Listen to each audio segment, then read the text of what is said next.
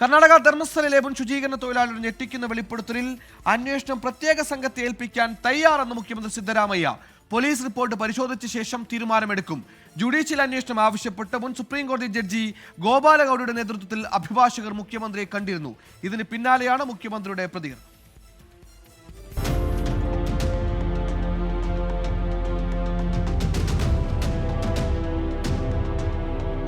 ധർമ്മസ്ഥലയിലെ മുൻ ശുചീകരണ തൊഴിലാളിയുടെ വെളിപ്പെടുത്തലിൽ പോലീസ് അന്വേഷണം ഇഴഞ്ഞു നീങ്ങുന്നതിനിടയിലാണ് മുഖ്യമന്ത്രി സിദ്ധരാമയ്യ മൗനം വെടിഞ്ഞത്. കേസന്വേഷണത്തിന് പ്രത്യേക സംഘത്തെ നിയോഗിക്കാൻ സർക്കാർ തയ്യാറാണ്. ദുരൂഹതകൾ നീങ്ങണം. ദക്ഷിണ കന്നഡ പോലീസിന്റെ റിപ്പോർട്ടിനായി കാത്തിരിക്കുകയാണെന്നും സിദ്ധരാമയ്യ പറഞ്ഞു. സർക്കാരിന് മേൽ സമ്മർദ്ദമില്ലെന്നും ഒരു സമ്മർദ്ദത്തിനും വഴങ്ങില്ലെന്നും സിദ്ധരാമയ്യ കൂട്ടിച്ചേർത്തു. പോലീസ് റിപ്പോർട്ട് 2 ദിവസത്തിനകം സർക്കാരിന് കൈമാറുമെന്നാണ് സൂചന. മുൻകാലങ്ങളിൽ ആരോപണ വിധേയരെ സംരക്ഷിച്ച പോലീസ് ഇപ്പോൾ എന്ത് നിലപാട് സ്വീകരിക്കുമെന്നും കണ്ടറിയണം. ഇതിനിടെ ജുഡീഷ്യൽ അന്വേഷണം ആവശ്യപ്പെട്ട മുൻ സുപ്രീം കോടതി ജഡ്ജി ഗോപാലഗൌഡയുടെ നേതൃത്വത്തിൽ അഭിഭാഷകർ മുഖ്യമന്ത്രിയെ കണ്ടു. 24 ധർമ്മസ്ഥല.